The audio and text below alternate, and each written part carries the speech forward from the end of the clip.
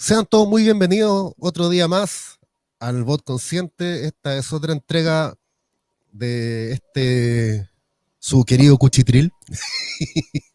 Eh, Hoy me voy a dar un gusto con respecto al tema que vamos a tocar el día de hoy.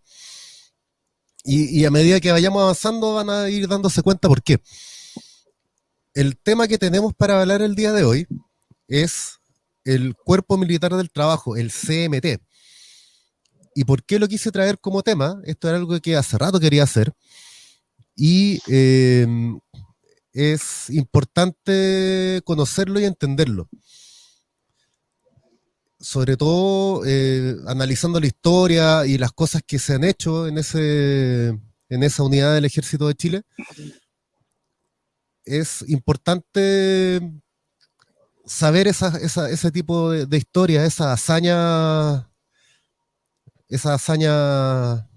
de la vida diaria que se vive en esa unidad y que han logrado traer porvenir, progreso, afianzar la soberanía de toda una parte del país que estaba sumamente abandonada y, como dije, porvenir a un montón de gente. Y para ello tenemos invitado al día de hoy a una persona que tiene conocimiento empírico de lo que es el CMT. Él trabajó en esa unidad por muchos años en la carretera austral y de hecho trabajó con mi papá. Así que vamos a hacerlo pasar de inmediato y junto con él también pasa mi amigo Carlos García. Bienvenido, Carlos, para de ahí pasar al invitado.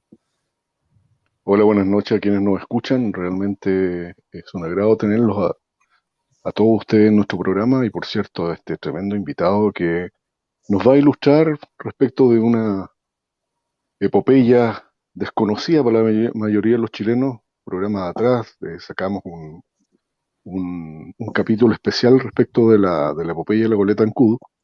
Y en este caso, yo diría que aquí hay una epopeya olvidada de un grupo de chilenos que, más allá del uniforme, ¿no es cierto?, sacando estas imágenes corporativas, se esconde un grupo de chilenos, un grupo de seres humanos con familia igual que todos nosotros, que con la disposición del trabajo hace 45 años comenzaron una obra titánica, una obra monumental, una obra majestuosa desde todo punto de vista.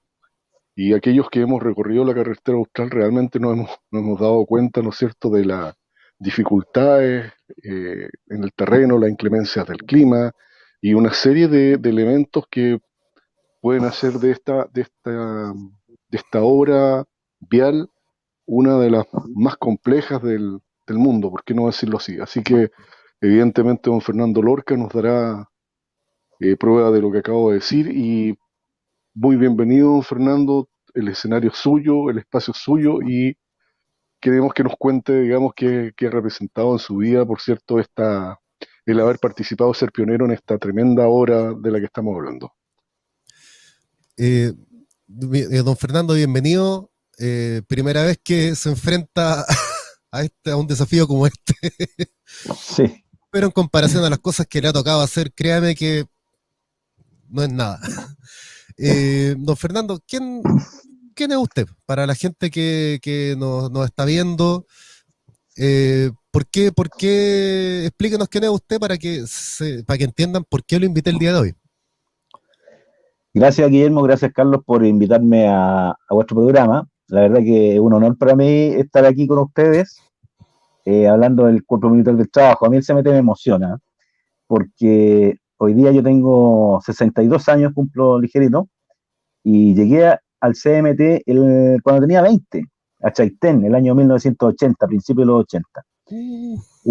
Y tenemos entre esa fecha y hasta cuando terminamos el camino de Villojín en el año 2000, me tocó vivir muchas experiencias relativas a la construcción, no tan solo de la carretera austral, sino que también estuve en el camino Soquere Paso Seco, por ejemplo, en la región de Antofagasta, y son muchos años que entregué de mi carrera profesional, siendo militar, y después que me retiré el año 2001, como teniente coronel y seguí trabajando ahí en la zona como civil.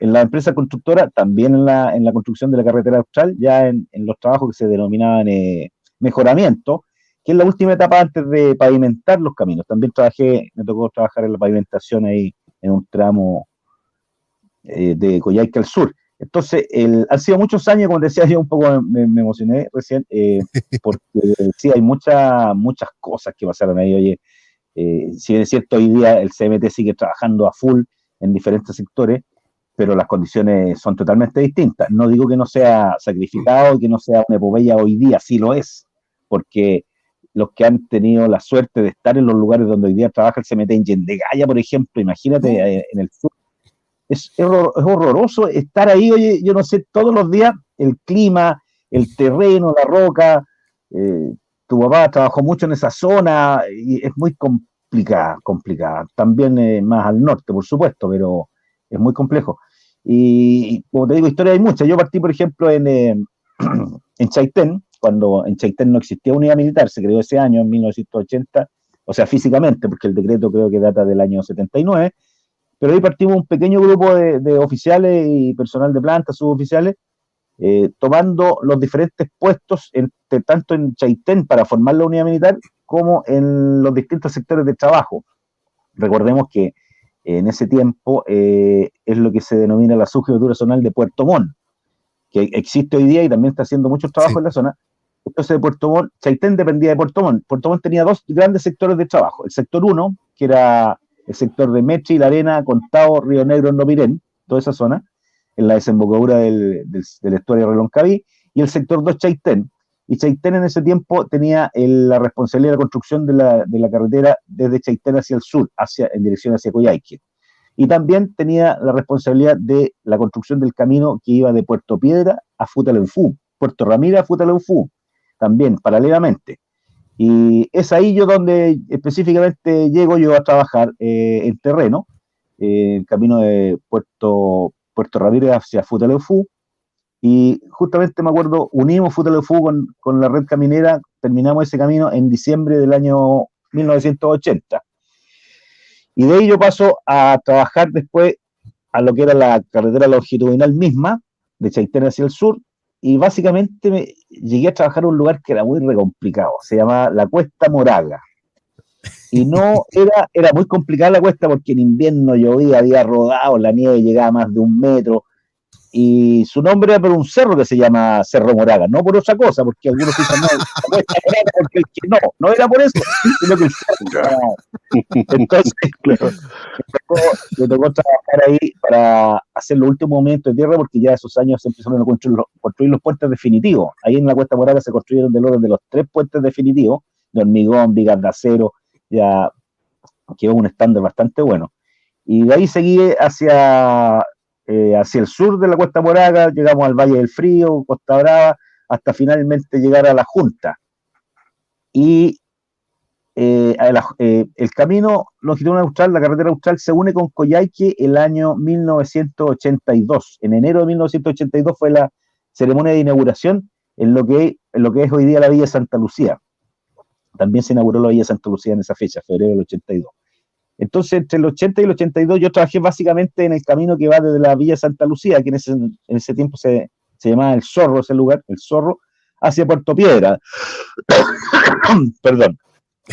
Para unir la carretera austral con las localidades de Palena y Futaleufú, que es una cuestión súper relevante, estratégica, a nivel de la estrategia nacional, como para las comunidades que vivían en todos esos sectores, no tan solo en Palena y Futaleufú, sino que en todo el recorrido de ese camino encontramos familias y pobladores. Entonces también pudimos unir el camino de Villa Santa Lucía hacia Puerto Ramírez, con lo que conectaba, como te digo, Palena y Futaleufú hacia la carretera longitudinal austral. La carretera longitudinal austral se une con la gente que venía trabajando desde la 11ª región hacia el norte, y el camino se une ahí en la Junta. Ahí se une el CMT de Puerto Montt, que va avanzando hacia el sur, y la gente que venía desde Coyhaique hacia el norte, y ahí se une, y ya ese camino empieza a queda habilitado para el uso de todo el mundo. Ahora, perdón, como ustedes saben, entre Chaitén y Coyhaique, no me acuerdo cuántos kilómetros son, pero es una enormidad. Hay una infinidad de localidades, de pueblos, está Puyuhuapi, está Puerto Cisne, Mañiguale, y todo eso a partir del año 82, como te digo, ya queda unido. ¿no? Eso sí, Y eran localidades que antes se unían exclusivamente por bote, por lancha, sí, lanchones, sí. o por caballo, por lo que sea. Ahí no No, había mira, ninguna posibilidad de comunicarse por vehículos. no, era terrible, porque cuenta tú, la gente del Valle del Frío o la gente que venía de Palena, usaban el río Palena para salir al mar, para salir a Puerto Raúl Marín Balmaceda, ahí en lancha, en bote, barcaza, Puerto Montt. Era todo muy, muy complejo y muy largo. Imagínate bajar de ahí, de la Junta, a Raúl Marín Balmaceda en bote, eran semanas y semanas, o sea, ir y volver eran 2 meses tranquilamente, donde ir a buscar las provisiones. Y la gente de Palenia y Futalofu definitivamente salía por Argentina, hacia Argentina, a Esquel y Ya, Travelín, específicamente Palenia y Futalofu. sí. Exacto. Carlos, antes de darte la palabra, quisiera pegarle una leída a la información que está disponible sobre la misión del CMT y un poquito de la historia para entender de dónde viene todo esto. La misión del CMT, del Cuerpo Militar del Trabajo, como organismo militar es ejecutar trabajos de beneficio público bajo la dirección de los organismos técnicos de las entidades de la Administración Pública Nacional, fiscal y semifiscal o autónoma y municipal que se les encomiende, de acuerdo a la legislación vigente. Y un poquito de historia, el Cuerpo Militar del Trabajo se creó el 9 de marzo del 53. Originalmente se llamaba Servicio Militar del Trabajo.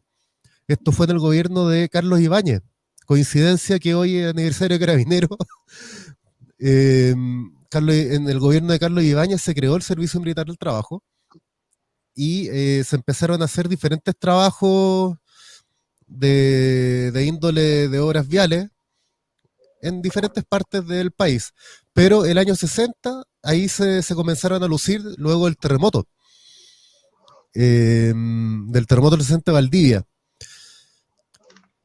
Se empleó el nuevo material, equipos de ingenieros que se recibieron desde Estados Unidos, del ejército de Estados Unidos a través del denominado Pacto de Ayuda Mutua, y esos trabajos terminaron en la construcción del camino Alto Palena a Puerto Ramírez del 65. Desde la creación, las numerosas obras viales ejecutadas por el CMT en la zona norte y sur del país han marcado su presencia, pero sin duda a partir del año 76 es donde comienza la acción decidida hacia la eliminación de las llamadas ancestrales fronteras interiores.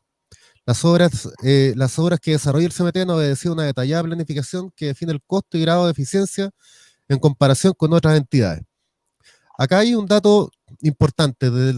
Durante los 65 años de vida, esta unidad técnica dependiente del Ejército de Chile ha construido y conservado más de 1.842 kilómetros de camino de penetración, 4.450 metros de pista de aterrizaje, 8.883 metros de puentes definitivos, 800 metros de puentes suspendidos tipo mecano.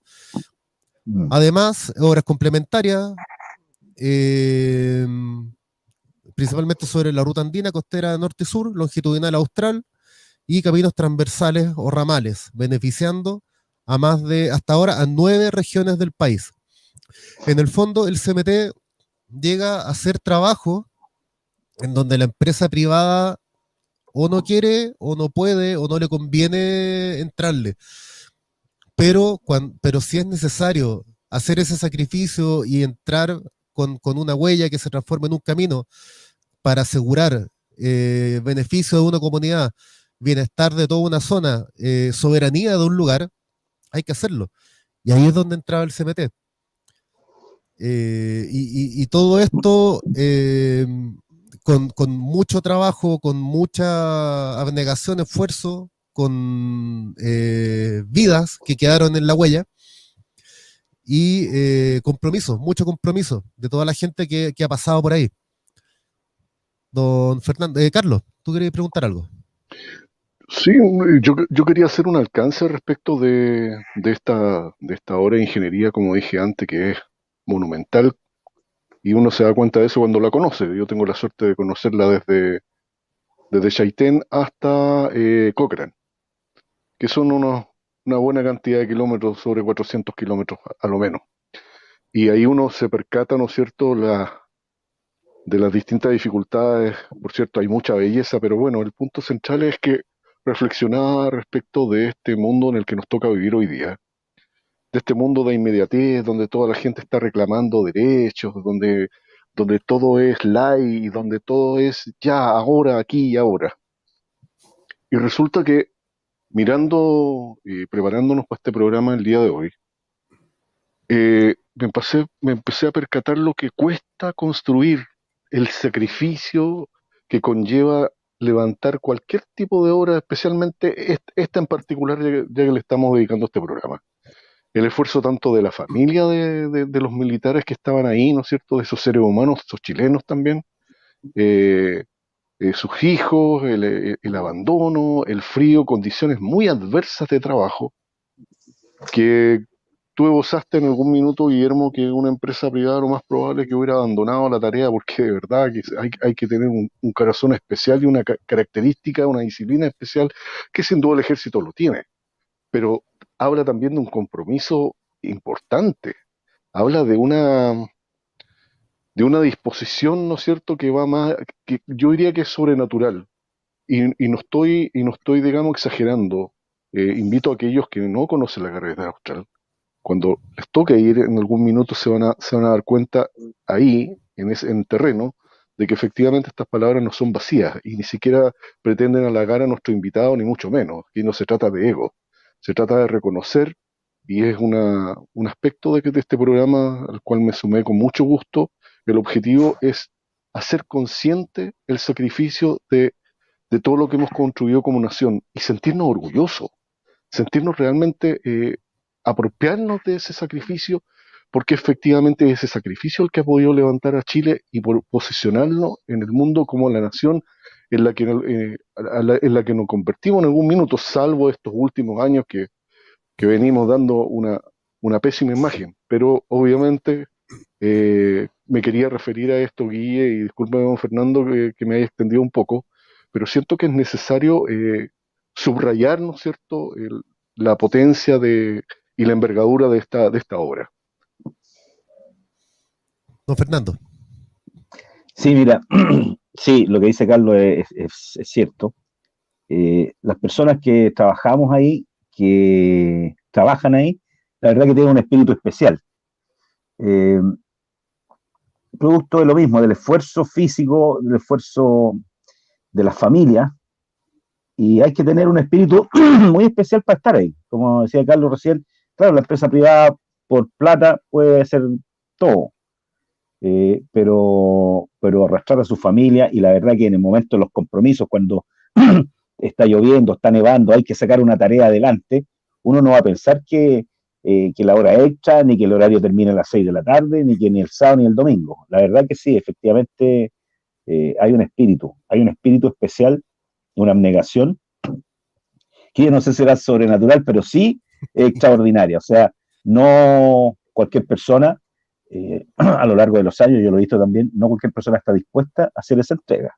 Y yo he trabajado harto en la empresa civil haciendo lo mismo, en la empresa privada, en obras civiles grandes también, y no es lo mismo. O sea, en la carretera austral, lo que se hizo, lo que se hace hoy día, es producto de los hombres que están ahí, que tienen una abnegación y algo extraño, algo no normal, a lo mejor no natural, que hace que las cosas funcionen y funcionen bien. Eh, pero sí, efectivamente es así.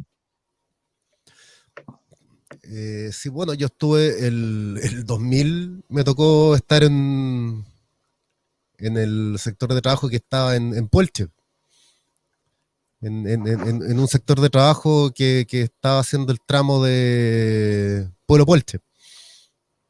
Entonces, aparte todo lo que había visto junto con mi papá cuando llegó a Punta Arenas, armar una subjefatura zonal y hacer un camino increíble en el Parque Torres del Paine, y luego comenzar a hacer el que estaban haciendo en Isla Tierra del Fuego, de Vicuña y en de Gaya. Y luego le tocó ir a trabajar también a la carretera austral. Estamos hablando ya del año 95. Entonces, sí, el compromiso que se vive en ese tipo de trabajo, de verdad es increíble. Yo siempre me acuerdo cuando yo todavía estaba en la escuela, el 94, hubo un accidente en Vagabundo, En Río que Bacaundo, sí. correspondía al CMT de Coyhaique. Y las condiciones de trabajo eran increíblemente difíciles, era una cuestión inexplicable. La avanzada del sector de trabajo en donde estaban batallando, por debajo del campamento pasaba un río y el río era todo el cerro, era como que hubieran puesto una manguera de 1000 pulgadas en la cima del cerro y de ahí caía agua, era una cuestión pero impresionante. Bueno, esa vez ahí quedaron 5 personas en ese accidente. Las condiciones, siempre me acuerdo cuando me prepararon para ir a trabajar al CMT, nos llevaron a ver algunos sectores de terreno y la persona que nos llevó nos decía, oye, no vean, y eso se lo digo a todas las personas que están mirando, cuando vayan a un lugar como este, no vean el camino terminado, vean lo que está de la orilla para afuera, y eso, complétenlo hacia el camino. Entonces, imagínense todo lo que hubo que hacer para avanzar metro a metro. Es una cuestión increíble, de verdad increíble. ¿Don Fernando?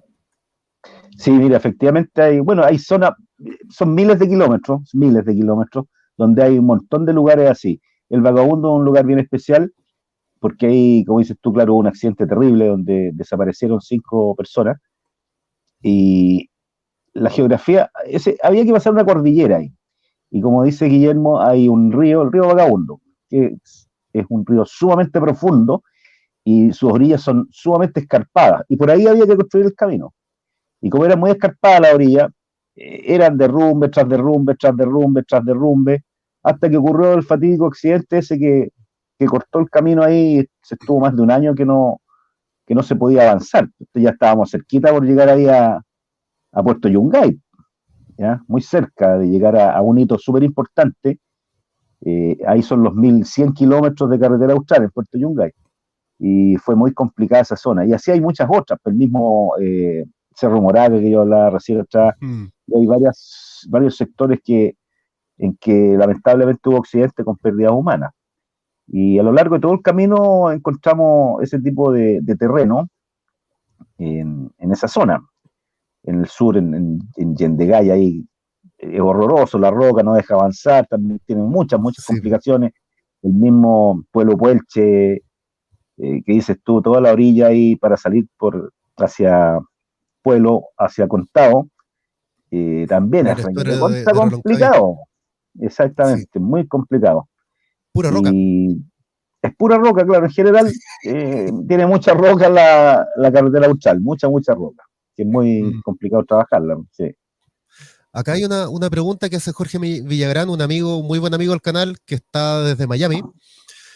Y, a ver, consulta, ¿hasta dónde podríamos llegar con la carretera austral? ¿Cuál es el límite y si es factible poner puentes en la zona que no se puede pavimentar? Entiendo que, me imagino que estaba hablando de extenderla hacia el sur, pensando en unir a Chile con un camino. Sí, Creo que eso es lo que estoy preguntando. Por supuesto que tiene solución. Hay varios tramos que quedaron, por diferentes motivos, fueron quedando atrás. Uno es ahí en el sector de Puerto Montt, Chaitén, donde está ¿cómo se llama? El Parque Pumalín, que también tenía varias complicaciones técnicas, pero no son tan complicadas. En su momento, en los 80, los 90, sí eran soluciones caras, pero hoy día se puede solucionar vía túnel, etcétera. Lo mismo que de Coyhaique hacia Punta Arenas, que también es otro tramo largo, sí. Y hay 3 o 4 sectores donde los ventisqueros llegan directo al mar, y ahí la solución es vía barcaza, o lo que voy a decir, o vía túneles subterráneos, submarinos, que pasan por debajo del mar. Esa solución la trajeron los noruegos, ahí específicamente en el fiordo de Comau, ahí justamente en Pumalín. ¿Ya? para no ingresar por la orilla del fiordo y darse una vuelta hasta arriba y volver a bajar, era pasar por debajo del fiordo con túneles, Claro. pum, ellos lo usan allá también, el terreno de ellos es bien parecido. Entonces esa es buena solución, es cara, claro, pero ellos han adoptado esa solución allá en los fiordos nórdicos y todo tiene solución, ingenierilmente todo tiene solución y tarde o temprano la carretera va a llegar hasta Punta Arenas, pasando Sí, por toda esa zona súper, súper complicada, frente a Puerto Den, etcétera, ahí el terreno, los terrenos, bueno, es más o menos lo mismo que ha ocurrido en estos últimos 40 años. Pero sí, sí. sí se puede unir Chile a lo largo de toda su extensión continental. Pues. Bueno, de hecho estaba viendo por ahí un tema que quiero andar en algún momento sobre Campo Hielo Sur y de lo necesario que es que haya presencia nacional ahí. Imagínense si no hubiera habido alguien con la voluntad de comenzar esa carretera austral, ya habríamos perdido los dos campos sin duda. No, Pero indudablemente, si no existiera la carretera austral, hoy se hubiese perdido, pero Palena, Futa de Fu, toda esa zona, eh, ¿cómo se llama?, de conectado hacia arriba, Pueblo Paso del Bolsón. claro, Hay un montón de zonas anexas territoriales. Ahora, el tema del campo hielo sur es un tema súper complicado, porque los argentinos se nos han venido metiendo, y yo te digo, está muy complicado, yo no sé cómo va a salir esa cuestión. Si Chile insiste en las políticas que ha tenido de aquí para atrás, vamos a perder todo, porque no se ha peleado nada, nada. Ahora, esta famosa delimitación que todavía no está inconclusa, entre el Fitzroy y el Cerro Dodet, que es básicamente todo el campo Hielo Sur, ahí sí, yo no sé, Chile tiene que ponerse en los pantalones porque si no vamos a perder toda esa zona. Está así muy es. complicado. Bueno, eso es Lamentable, algo que... Dale, Carlos. Es fundamental los caminos. Son fundamentales para esta zona, fundamentales y son fundamentales para los pobladores, para que ellos puedan hacer una vida más o menos normal, puedan sacar sus productos, puedan comprar su insumo. Yo te digo, cuando llegábamos a los diferentes lugares, decía, oye, pucha, nunca pensamos que la carretera de Australia iba a llegar por acá. Y a uno mismo le pasó en los 80, uno decía, yo esta cuestión jamás la voy a ver pavimentada. Y hoy día está pavimentada, gran parte de la carretera está pavimentada. Po. Y eso era Impresionante. impensable, viejo, impensable. Imagínate los pobladores que decían, no, si nos han prometido que va a llegar.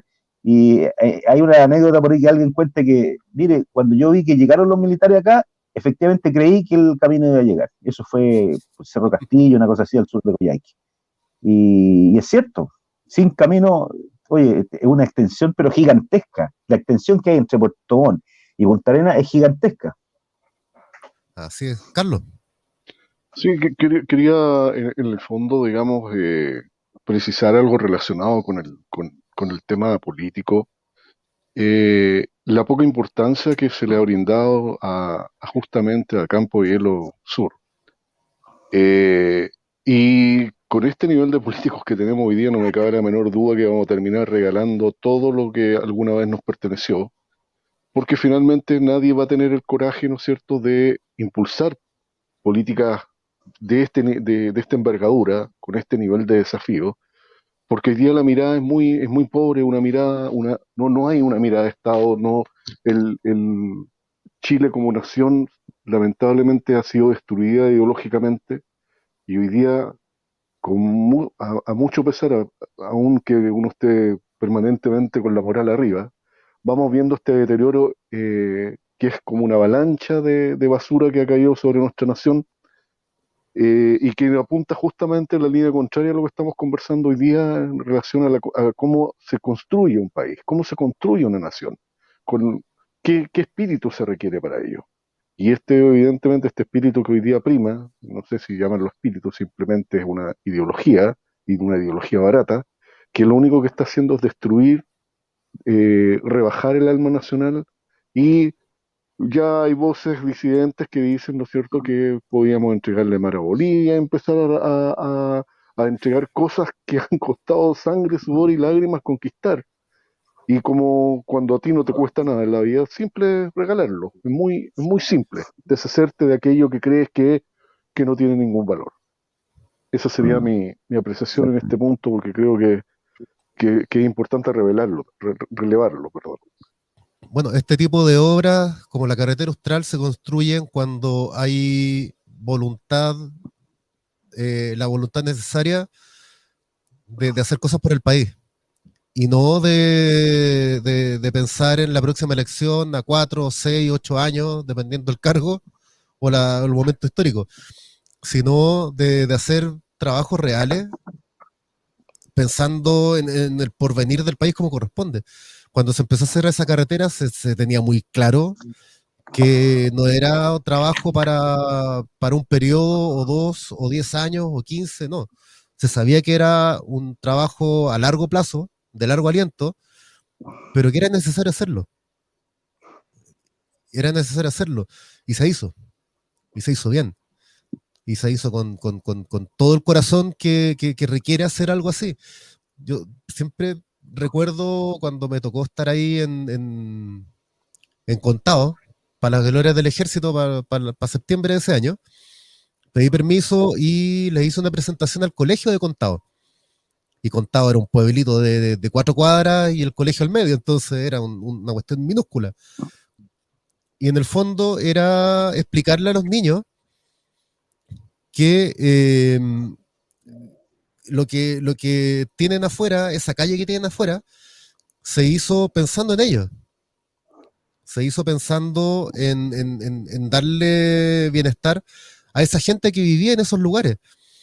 Y para que ellos se Guille, sintieran parte de toda esta organización que llamamos Chile.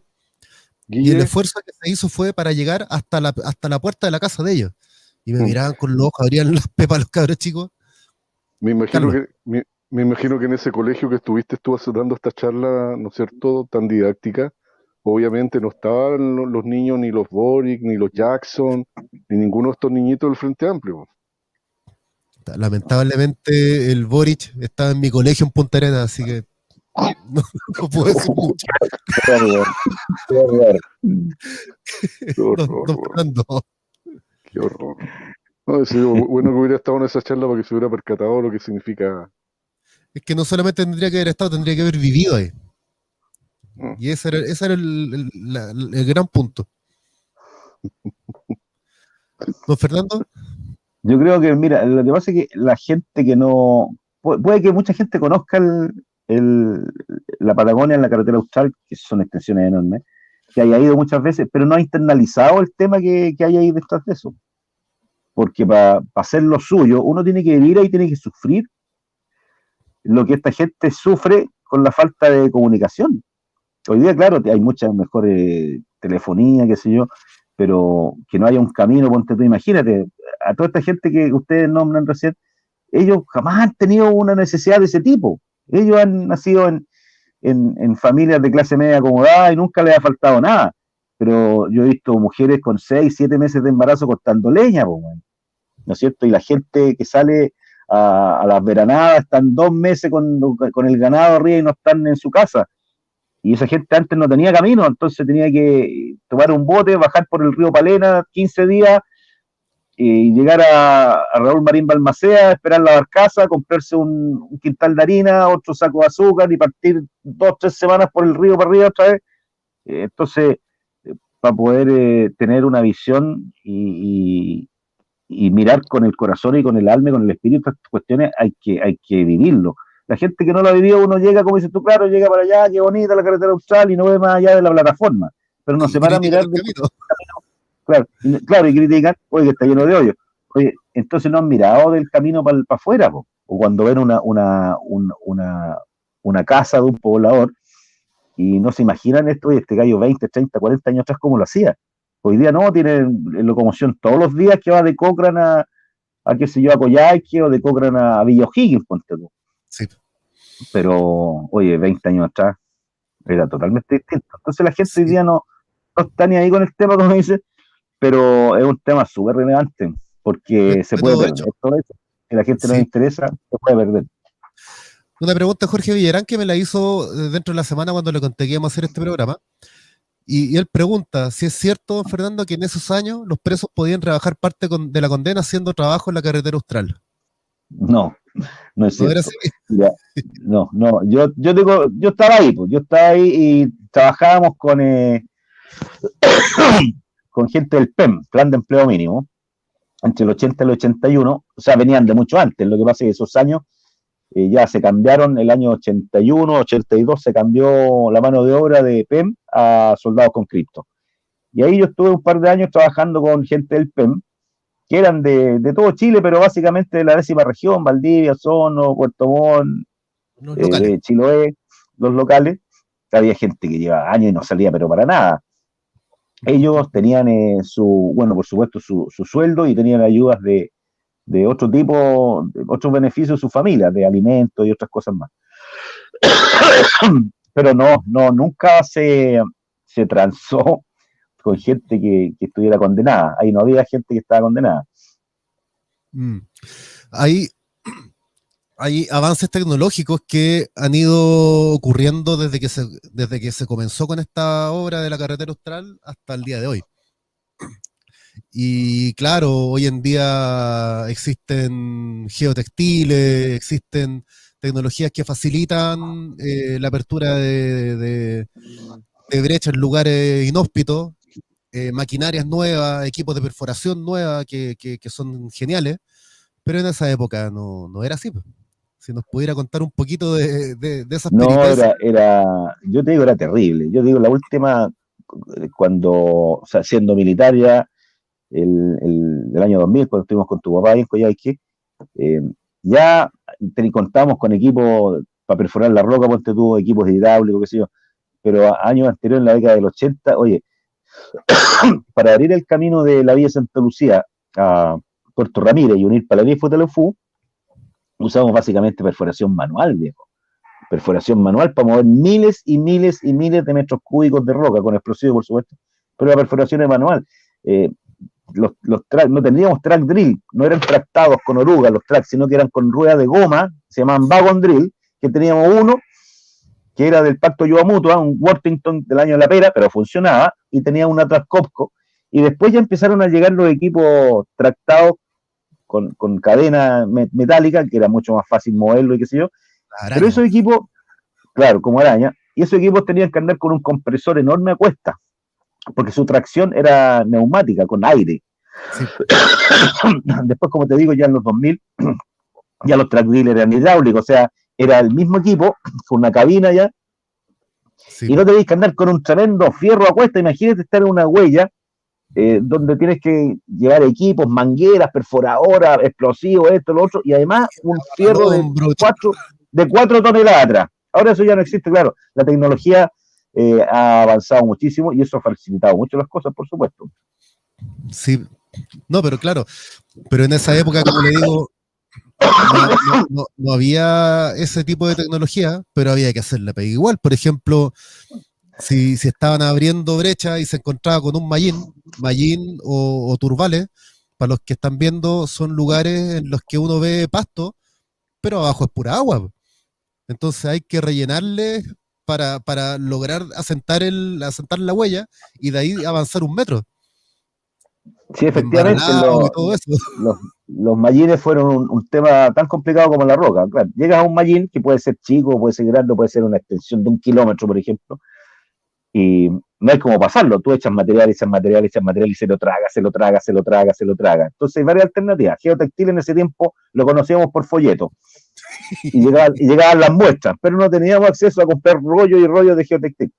Entonces había varias alternativas. Primero, tratar de el mallín de hacerle un escape de agua para que no fuera tan, para que no hubiese tanta agua, poder secarlo un poco. Y si se podía. Y si no, hacer embaralado, que son estas varas de árboles que se van poniendo uno al lado del otro para formar una especie de plataforma y sobre eso echar el ripio con el que se construía el camino. Se hizo en muchas partes, se hizo así, en muchas Hasta que partes. asentara, embaralado Hasta bolones. exactamente, hasta que asentara. Exactamente. Y todavía sigue existiendo esa problemática, pero como dijiste tú, hoy día ya existen los geotextiles y otras cosas. Sí, yo una vez vi, estaban entrando, esto fue en Punta Arenas, en Torres del Paine, estaban entrando en un claro que había, y de repente pasa una retroexcavadora y empieza a rajar para hacer una fosa. Y no, se raja el mallín y se hunde la retroexcavadora completa, le quedó la pura cabina afuera para dimensionar la dificultad de esa cuestión. Sí, es una locura. Pero ella había No, geotextil, así que facilitó claro. bastante. No, pero meterse a un mallín es muy probable que pase eso que dices tú, porque un mallín tú lo ves, claro, una vegetación y todo, pero si la rompes, esa cuestión puede pasar cualquier cosa, y una máquina puede hundirse, por eso siempre las máquinas uno tiene que tratar de que esté en un lugar firme, pero efectivamente los mallines se pueden romper y tú vas a ir cantando para abajo, quizás hasta dónde, claro, sí. Eh, Otra pregunta de Jorge, que está sumamente activo. Don Fernando, ¿por qué la minería estatal como Codelco no ha apoyado el desarrollo de esta gran obra con las tecnologías de hoy? Mm, es distinto y las tecnologías de hoy están a disposición de todo el mundo. Y en esa época yo creo que también tenían los mismos problemas que tenían en el CMT. A lo mejor tenían otro tipo de recursos para acceder a otras cosas. No sé qué. Sí, sí, mira, yo tengo ahí una experiencia con Codelco. Bueno, ¿por qué Codelco no apoya esto? Porque la verdad que no es función de Codelco, o sea, el CMT tiene acceso teórico o informativo a las distintas tecnologías. Una cosa es que es poder adquirir esa tecnología, porque hay algunas que son muy caras. Entonces, a lo largo del tiempo, el CMT ha ido adquiriendo las tecnologías en función de tener acceso a recursos financieros. Los recursos financieros del CMT vienen del Ministerio de Obras Públicas, entonces tampoco es una llave que está siempre abierta y siempre llega. Los distintos gobiernos van asignando fondos en función de cómo está la economía del país. Y, por ejemplo, yo a ver, tengo una anécdota bien interesante, porque estaba en el camino Socaire-Paso Seco. Paso Seco está a 5.000 metros de altura. Y en invierno las temperaturas llegaban a 30, 40 grados bajo cero en la noche. Y en el día llegaban a 5, 10 grados bajo cero. Podía pasar 3 grados sobre cero, qué sé yo. Pero imagínate el problema de echar a andar las máquinas. Se congelaba el petróleo. Entonces uno dice, se congelaba el petróleo, uno cree que un cubito de hielo de petróleo, no, cuando el petróleo se congela queda como una mermelada y no fluye por los conductos del motor. Entonces, y lo otro complicado es que el petróleo tiene pequeñas partículas de agua adentro, que es muy Sí, poco, pero cuando se congela el petróleo, esas partículas de agua se convierten en hielo. Entonces tú abres un depósito y ves, claro, es una mermelada esta cuestión y ves unos cristales así, como unos cristales. Entonces esos cristales se depositan adentro en los conductos de petróleo, se depositan esos cristales y tapan todas las cañerías y deja la escoba. Entonces, una técnica muy usada en la mañana, se hace una fogata debajo de la máquina, debajo del cárter. Una fogata controlada para no quemar la máquina. Y con esa pequeña fogata tú le das calor y ya los fierros se calientan, las cañerías se calientan, los ductos, y el petróleo puede fluir un poco mejor. Y lo otro era que a la altura que trabajábamos, con poco aire, también había mucho problema. Entonces yo ya a un gerente de operaciones, me acuerdo de Codelco, no me acuerdo, de haber sido de la segunda región. Yo no sé cómo lo conocí, pero por teléfono. Oye, ustedes tienen sí. ¿Y cómo lo hacen? Bueno, le echamos anticongelante al petróleo. Chuta, ¿qué anticongelante? ¿De dónde hay anticongelante? ¿Qué es lo que le dice? Es parafina, viejo. Échale parafina. Si ustedes están trabajando, la parafina es el anticongelante del petróleo diésel, para motores diésel. Entonces, ¿y cuánta le echo? Bueno, las temperaturas que ustedes están trabajando, échale mitad y mitad, pero uno ¿cómo y uno. echan la mitad? Claro, uno y uno. Mitad y mitad de petróleo, mitad de parafina. Oye, pero con esa cantidad de parafina el motor se me va a quemar. Pues no, bueno, Con si el un motor frío que que dura hace. 10.000 horas, te va a durar 5.000 nomás. Pues. Bueno, ¿y cómo lo hacen ustedes cuando con eso? Cambiamos los motores, pues, así es fácil. Y funcionaba así. Efectivamente, después comprábamos a Copec, comprábamos el petróleo con anticongelante. Y venía ya en los camiones cisterna de petróleo, ya venía incorporado. Pero era divertido, era casi un chiste. La mentalidad. Sí, Oiga, don parafina, échale Fernando, parafina nomás. Claro, don Carlos. Fernando, Sí, a nosotros nos interesa mucho la dimensión humana. Bueno, yo he escuchado varias cosas, estamos hablando básicamente de la carretera, pero atrás de la carretera también hay un espíritu, hay vidas, hay personas, sueños, anhelos. Y en esa línea me gustaría preguntarle cuál es la mayor satisfacción en todo el proceso, digamos, de estos 20 y tantos años, ¿no es cierto?, en este enorme proyecto. en lo personal. Y el costo familiar, el costo personal, si usted me pudiera responder esta pregunta, por favor, porque creo que para nosotros es relevante también que aparezca, ¿no es cierto?, la dimensión humana aquí en este programa. Bueno, la primera parte que estuve yo en el CBT entre el 80 y el 86 era soltero, así que no, no tenía problema en ese sentido. Ahora, claro, cuál es el costo de uno está 3 meses por una semana de permiso. Nosotros estábamos 3 meses en faena, trabajando todos los días, de domingo a domingo. El domingo se trabajaba a media mañana para que la gente en la tarde pudiera lavar su ropa, etcétera. Entonces, cada 3 meses salíamos una semana. Yo, como era de Santiago, viajaba a Santiago. Imagínate lo que uno hacía en una semana. Por algo nos decían los baguales, porque éramos verdaderos baguales. Ya después, en la segunda etapa que estuve ya del año 96 en adelante, ya estaba, por supuesto, con mi familia. Pero yo tuve la suerte de que mi familia estaba en Coyhaique, mis hijos estaban en un colegio en Coyhaique, vivían súper bien. Claro, yo viajaba en lo personal mucho a terreno, de repente estaba 15 días fuera, pero hay un algo especial en la familia, ¿no? Imagínate tú qué persona o qué familia o qué mujer o qué hijos te pueden aguantar, entre comillas, que de repente tú faltes 15 días, vienes a la casa 3 días, te desapareces 15 días más, pero eso en uno es natural. Sabes tú que en la familia es natural, porque saben que el trabajo de uno, saben que uno es militar y saben que uno tiene que estar al pie del cañón siempre. Es que esto es una aventura Tal profesional. vez,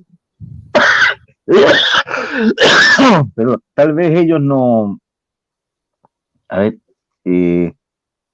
no lo exteriorizan ni tampoco se sientan a meditarlo, sino que hacen que pase. Eh, Ahora, respecto a las familias de las personas del personal de planta, que sé yo, que llevaban años de años ahí, claro, hay gente que vivía con su familia en Villa O'Higgins o en Cochrane. Imagínate, entonces ellos tenían que adaptarse a la calidad de vida de esos lugares, y es un sacrificio enorme, enorme. Ahora, como te digo, tanto uno, el militar, como su familia, lo hacían suyo, y no era un tema, que estamos aquí, pobrecito, que el frío, que la nieve, que el hielo. Oye, Cochrane, tú, Carlos, que conoces Cochrane en invierno era horroroso, horroroso. Imagínate, tú no veías nieve, pero hacía un frío horroroso, escarchado todo, oye. Pero mira, yo nunca he sentido tanto frío como en Cochrane, ¿eh? Villa O'Higgins también, pero era distinto, no sé. Pero las familias de uno se acostumbran y, como te digo, como que no es que lo callen, sino que lo asumen con orgullo, con orgullo. Mira, mi papá trabajó en esto, mi papá está aquí, no, yo estudié en el colegio en el liceo Cochrane. Mi compadre Waldo Ríos tuvo su familia en Villa O'Higgins y los niños iban al colegio de Villa O'Higgins, chapoteando en la nieve. Y como te digo, para nosotros es normal, es normal. Y, y la verdad que en lo personal, ya la verdad no quiero pensar mucho en eso, porque ya a esta altura de día uno se emociona y sí, efectivamente dice, ¿cómo pude hacer esto? ¿Cómo pude tener a mi familia aquí? ¿Cómo pude ser? Yo, por todos los cumpleaños, esas cuestiones, siempre, muchas veces pasaba que uno tenía que andar en cualquier parte y se los perdía. ¿Mm? Pero hay una cuestión, como te digo, no sé qué, pero hay algo que la gente lo asume, sobre todo las familias, y no reclaman ni nada, así, forma parte de la naturaleza de estas personas. Sí, el costo humano, no. Claro, uno como militar no lo asume inmediatamente porque para uno es una aventura profesional. Pero ya cuando hay familia, cuando hay hijos, como dice don Fernando, es distinto. Y de hecho, había familias viviendo en la huella. Mientras el militar estaba haciendo el trabajo, la familia estaba esperándolo todas las noches. Y eso era común, se veía. Me acuerdo una vez que fuimos a Villa O'Higgins, mi papá estaba haciendo sus cosas en Coyhaique y partimos con mi mamá a ver a las señoras de Villa O'Higgins, a ver cómo estaban las familias, si les faltaba algo, cómo estaban, si el colegio estaba funcionando bien. Y uno se asomaba a donde termina Villa O'Higgins, miraba 100 metros más allá, pasa la reja, y eso ya es Argentina. Eso es hacer patria, ¿sí? No es otra cosa. Vivir en la punta del cerro o en lo más hondo de la loma, como es Villojin, y, y como dicen por ahí, por la patria nomás. Oye, Bueno, Biojin, los que conocen Biojin queda más lejos que nos. Imagina, son 2 días, 2 días en camioneta de Coyhaique a Biojin. Sí, 2 días. Yo salía a las 6 de la mañana y llegaba a las 10 de la noche porque me tiraba de un solo round, pero es lejos, es lejísimos. Y Biojin estaba tan, mira, si no había nada desde Río Bravo, que el otro lado de Puerto Yungay, donde llega la barcaza, hasta Biojin son 100 kilómetros, viejo. 100 kilómetros de nada. Y ahí está Biojin, a los pies del Campo Hielo Sur. Yo no sé, justamente. esa gente sí que tiene coraje para estar ahí. Sí, la verdad, don Fernando, creo que es importante poner sobre la mesa algo que está surgiendo de forma natural, homenajearlo a ustedes que son, en cierta medida, y a través tuyo, a todos sus compañeros, a todas las personas que lo acompañaron en esta proeza técnica, en esta epopeya, ¿no es cierto? Asimismo como el padre de Guillermo, que también participa en este proyecto. Y sin duda todas las familias que colaboraron con la parte espiritual, el apoyo, ¿no es cierto? El apoyo moral, la fuerza para que hoy día nosotros gocemos no solamente de la belleza natural, sino para que esa región de Chile siga siendo nuestra. Porque posiblemente, si no hubiésemos tenido la carreta austral, lo más probable es que eso ya serían otros los dueños. Así que por lo tanto, desde aquí exactamente. mi sentido homenaje, digamos, al trabajo, a su aporte, ¿no es cierto?, a este proceso. Y lo quería decir porque creo que es importante ponerlo sobre la mesa y valorar el trabajo que ustedes realizaron. De verdad y de corazón se lo digo. Muchas gracias, Carlos. La verdad que te agradezco tus palabras y la verdad que la gente que ha trabajado, que trabaja, merece el reconocimiento de toda la gente porque es complicado, complicado. Y mira, por último quiero hablar un poquitito de Coyhaique ese año 97 fue, Guillermo, ya, sí, muchos años atrás. Sí, 8 de Eh, abril. el papá de Guillermo, mi coronel Guillermo Peña, era mi jefe directo. Y trabajábamos ahí, llevamos un año, yo estuve un año ahí antes del horroroso accidente aéreo ese que estuvo por el avión, perdió más de 20 años. Y quiero rendirle un homenaje a mi coronel Peña a través de ustedes, Carlos, y principalmente Guillermo, porque realmente el trabajo era complicado y las condiciones eran muy complicadas. Imagínate, nosotros volábamos mucho entre Coyhaique y Río Bravo, Tortel y O'Higgins. Y las condiciones atmosféricas y de terreno son súper complicadas. Son muy, muy, muy complicadas.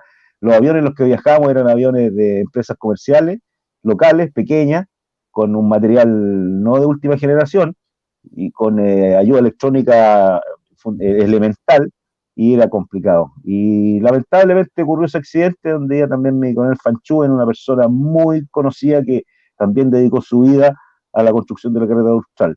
Desde el Y la principio. verdad que desde un principio, claro, no, Miguel Fanchú era la persona, él fue el inspector general de obra desde su inicio. Y él, bueno, yo creo que debe estar muy feliz de lo que logró.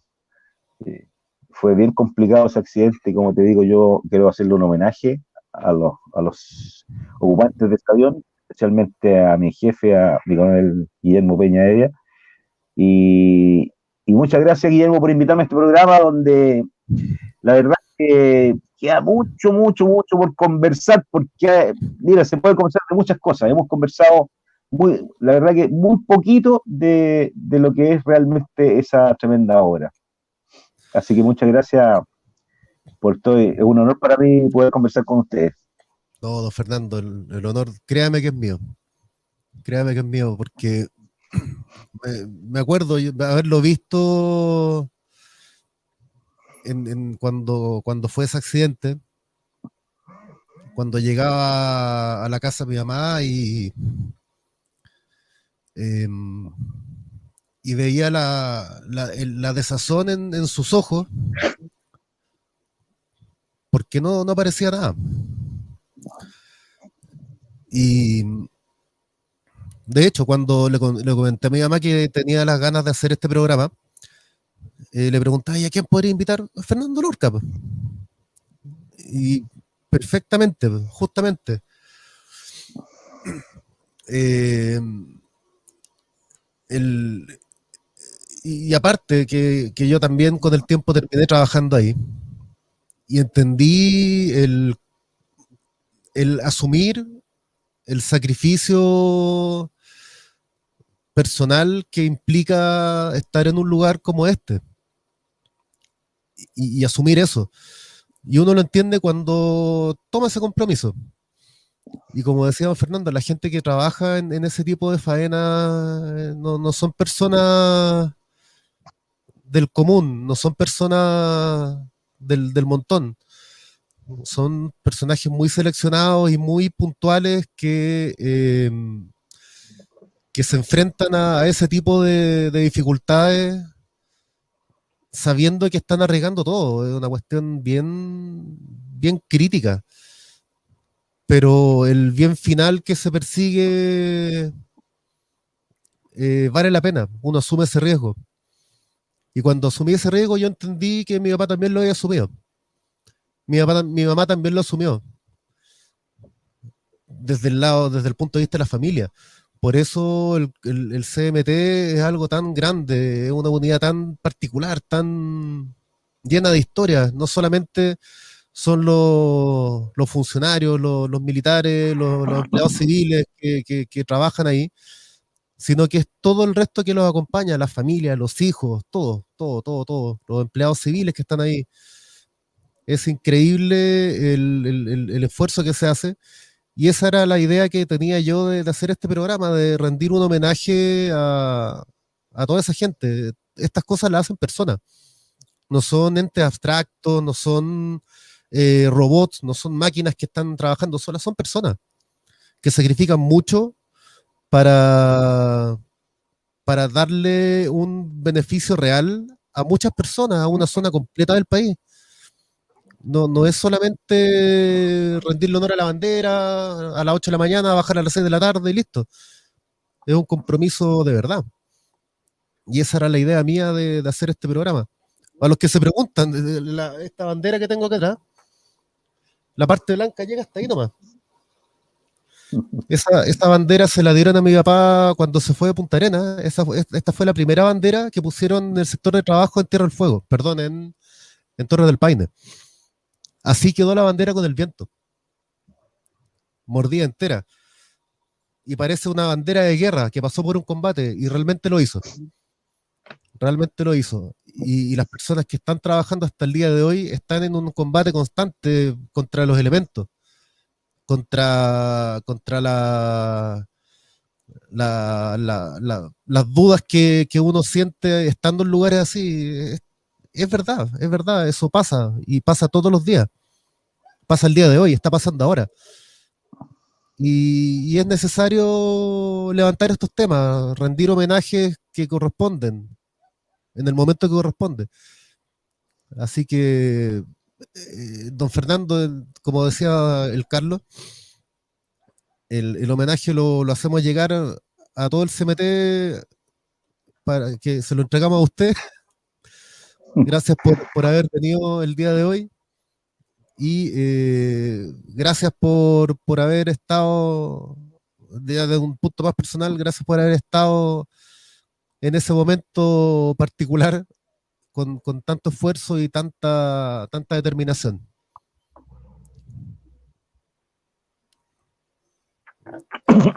Gracias a ti, Guillermo, por haberme invitado. La verdad, como te decía recién, para mí es un honor. Nunca había estado en una situación así. Yo trabajé muchísimos años en TVN, muchísimo, en todas partes estuve.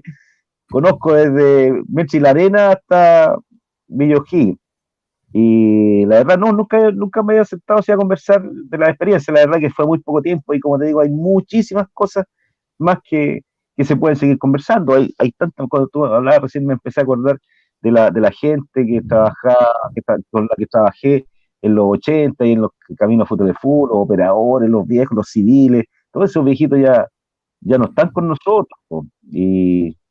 Pero una cosa súper importante, lo que dices tú, hoy día también está ocurriendo.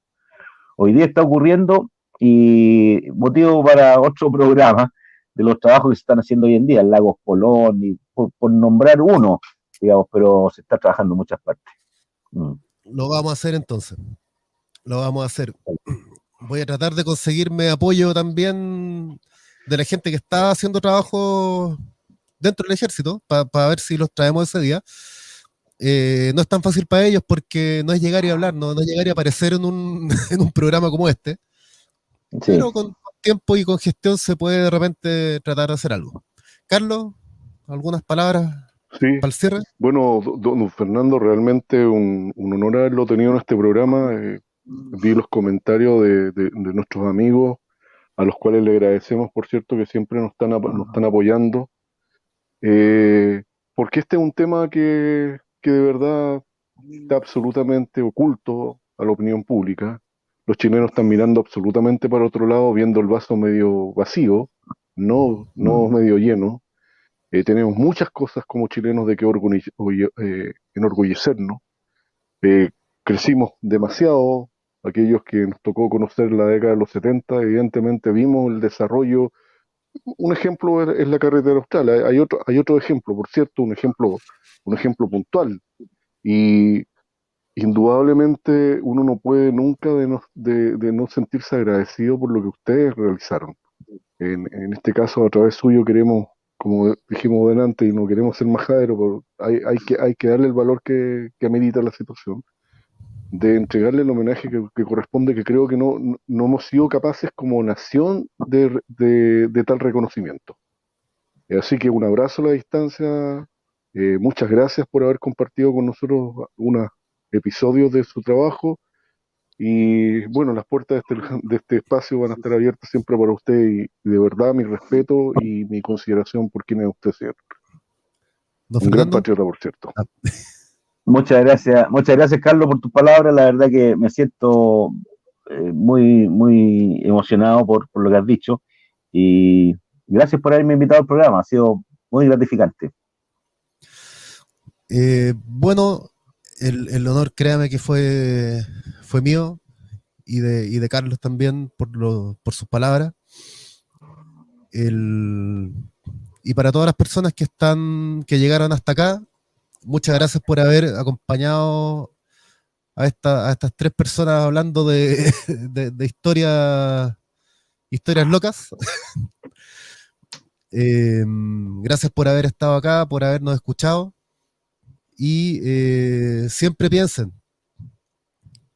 después de haber escuchado las historias que hemos traído, en el fondo es para que todos pensemos que vale la pena defender esta patria, vale la pena defender nuestro país y vale la pena totalmente hacer todo lo que haya que hacer para defenderlo.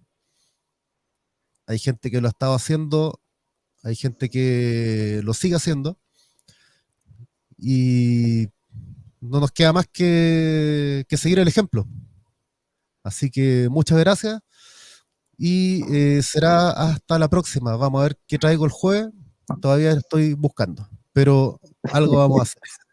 Así que no se me vaya todavía, don Fernando, para despedirnos cuando termine el programa. Muchas gracias por habernos acompañado el día de hoy y será hasta la próxima. Nos vemos. Chao, chao.